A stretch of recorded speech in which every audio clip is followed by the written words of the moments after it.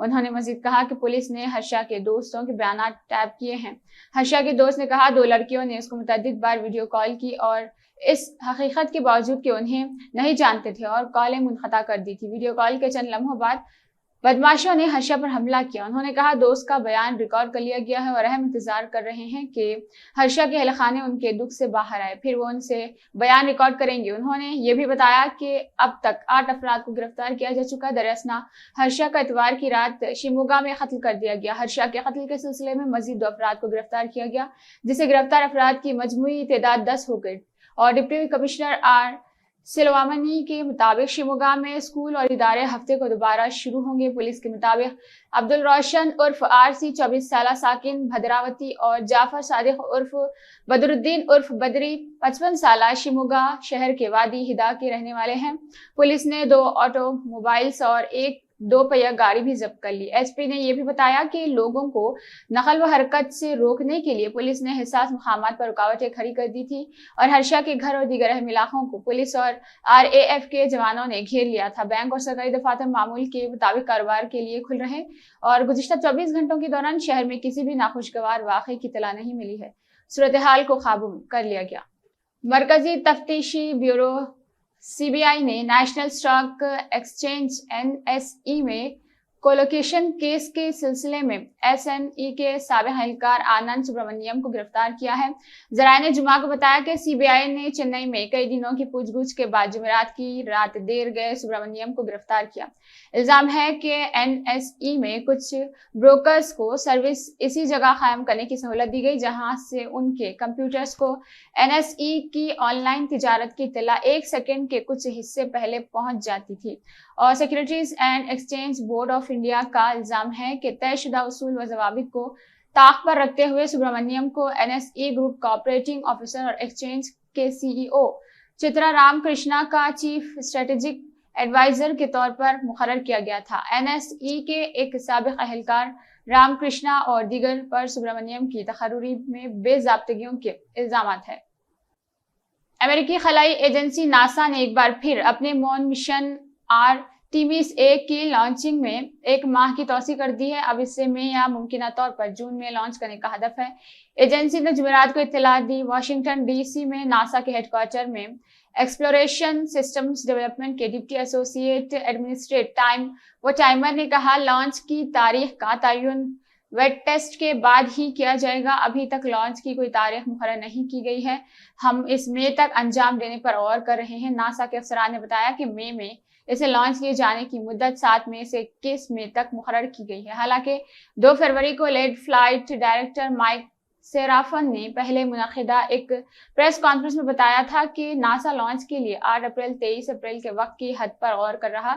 سیرافن نے جمعرات کو نامہ نگاروں کو بتایا کہ جون میں لانچ کی گئی مدت 6 جون کو شروع ہو کر 16 جون کو ختم ہو جائے گی۔ اگلی مدت 29 جون ہے اور 12 جولائی کو ختم ہو جائے گی۔ سیرافن نے کہا کہ اسپیس لانچ سسٹم راکٹ اور اوریون خلائی جہاز کو 17 مارچ کو فلوریڈا کے کینیڈی اسپیس سینٹر سے لانچ کیا جانا تھا اور اسے اگلے مہینے تک کے لیے اپنے ویڈریس ریہرسل چیک کے ذریعے سے وہیں رہنا تھا۔ انڈونیشیا کے مغربی سماترا صوبے میں جمعہ کو زلزلے کے شدید جھٹکے محسوس کیے گئے جس کی شدت ریختر پیمانے پر 6.2 تھی، تاہم اس سے سونامی آنے کا کوئی امکان نہیں ہے۔ یہ اطلاع موسمیات، ماحولیات اور جیو فزکس ایجنسی نے دی ہے۔ ایجنسی نے بتایا کہ یہ زلزلہ مقامی وقت کے مطابق صبح 8:39 کو جس کا مرکز پاسمان برات ضلع سے 13 کلومیٹر شمال مشرقی میں 10 کلومیٹر کی گہرائی میں بتایا جا رہا۔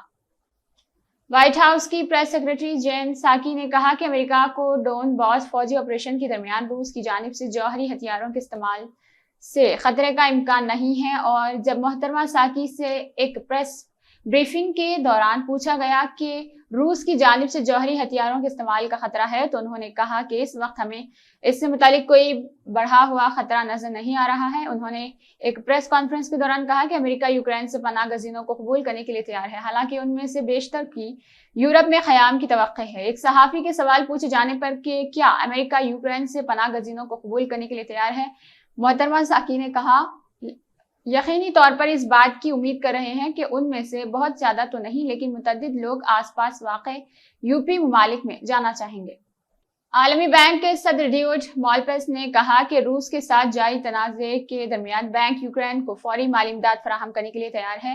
مالپس نے ایک بیان میں کہا کہ ہم یوکرین کو فوری مدد فراہم کرنے کے لیے تیار ہیں اور اس طرح کی مدد کے لیے دیگر متبادل کی تلاش کر رہے ہیں جس میں تیزی سے ادائیگی کیا جانا بھی مشکل ہے اور شامل ہے۔ ہمارے ترقیاتی شراکت داروں کے ساتھ ورلڈ بینک گروپ فوری رد عمل کے لیے ہمارے تمام فنانسنگ اور تکنیکی مدد کے آلات استعمال کریں گے۔ مالپس نے کہا کہ عالمی بینک اس وقت یوکرین کے پڑوسی ممالک کے ساتھ میں مصروف بات چیت ہے تاکہ یوکرین کے لیے حمایت کر سکے اور اضافی وسائل فراہم کی جا سکے۔ یوکرین میں خود ساختہ جمہوریہ ڈونیٹسک اور لوہانسک نے یوکرین افواج کی جانب کیے جا رہے حملوں سے انہیں بچانے کی درخواست کی تو اس کے پیش نظر جمعرات کی صبح روس یہاں خصوصی فوجی آپریشن شروع کیا۔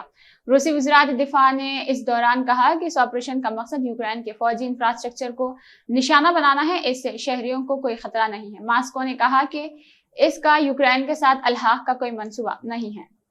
وادی کشمیر میں بھاری برف باری کے بعد موسمی صورتحال مسلسل گرد ہے اور گزشتہ شب بھی وادی کے بالائی علاقوں میں کہیں کہیں ہلکی برف باری جبکہ میدانی علاقوں میں بارشیں ہوئی۔ ادھر محکمہ موسمیات کے ترجمان کی پیش گوئی کے مطابق جموں کشمیر میں اگلے 48 گھنٹوں کے دوران کہیں کہیں ہلکی برف باری یا بارش ہونے کا امکان ہے۔ انہوں نے کہا کہ بعد ازاں وادی میں موسم مجموعی طور پر خوش رہنے کا امکان ہے۔ اتر پردیش پولیس نے انتخابات کے پہلے 4 مرحلوں میں ضابطہ اخلاق کی خلاف ورزی کے 1137 معاملے درج کیے ہیں۔ D G P headquarter کے سینئر پولیس حکام نے بتایا کہ اب تک انتخابات کے دوران تشدد یا جھڑپوں کی ایک بھی رپورٹ موصول نہیں ہوئی۔ یہ پولیس کی پیشگی تیاری اور مرکزی نیم فوجی دستوں کی بھاری تعیناتی کی وجہ سے ممکن ہوا۔ انتخابی ضابطہ اخلاقی کے خلاف ورزی کے 51 معاملات کے ساتھ میرٹھ ضلع میں سرفہرست ہے۔ اس کے بعد جھانسی 45 معاملات کے ساتھ دوسرے مقام پر اور کمشنریوں میں لکھنؤ 26 معاملات کے ساتھ سرفہرست ہے اور اس کے بعد 20 کیسوں والے کانپور کا نمبر ہے۔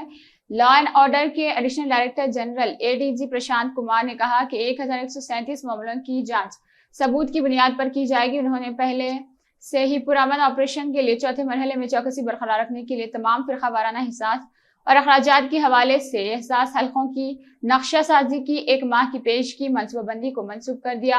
انہوں نے کہا کہ انتخابات کے آغاز سے قبل تمام ضلعی پولیس سربراہان کو کئی راؤنڈ بریفنگ دی گئی تھی۔ ہر مرحلے کے لیے خصوصی انتظامات کیے گئے تھے اور مرکزی مسلح نیم فوجی دستے تعینات کیے گئے تھے۔ انہوں نے کہا کہ ہم نے ڈرون کا استعمال بھی الیکشن کمیشن کی ہدایت کے مطابق کیا۔ انتخابی مہم کا ڈیجیٹل ہونے کے بعد اتر پردیش پولیس نے ایک ڈیجیٹل مانیٹرنگ سیل بھی شروع کیا ہے۔ سیل 24 گھنٹے کام کرتا رہتا ہے۔ اس سیل میں تقریباً 31 پولیس اہلکار ہیں جن کی سربراہی ایک additional superintendent of police rank کا افسر کرتا ہے اور اس نے حال ہی میں انتخابات سے قبل 15 تربیتی یافتہ اہلکاروں کو شامل کر کے اپنے طاقت میں اضافہ کیا ہے جس سے عمل کے کل تعداد 46 ہو گئی ہے۔ سپریم کورٹ نے فلم گنگو بائی کاٹھیاواڑی کی ریلیز پر روک لگانے کی درخواست کو مسترد کر دیا ہے۔ عالیہ بھٹ کی اداکاری والی بھنسالی پروڈکشن کی فلم جمعہ کو ریلیز ہونے والی ہے۔ دنیا بھر میں ریلیز ہونے والی یہ فلم ریڈ لائٹ ایریا میں ایک سیکس ورکر خاتون کی زندگی کی کہانی پر مبنی ہے اور جسٹس اندرا بنرجی اور جسٹس جے کے مہیشوری کی بنچ نے بامبے ہائی کورٹ کے حکم کے خلاف گنگو بائی کا گود لیا بیٹا ہونے کا دعویٰ کرنے والے بابو جی راؤ جی شاہ کی درخواست کو مسترد کر دیا۔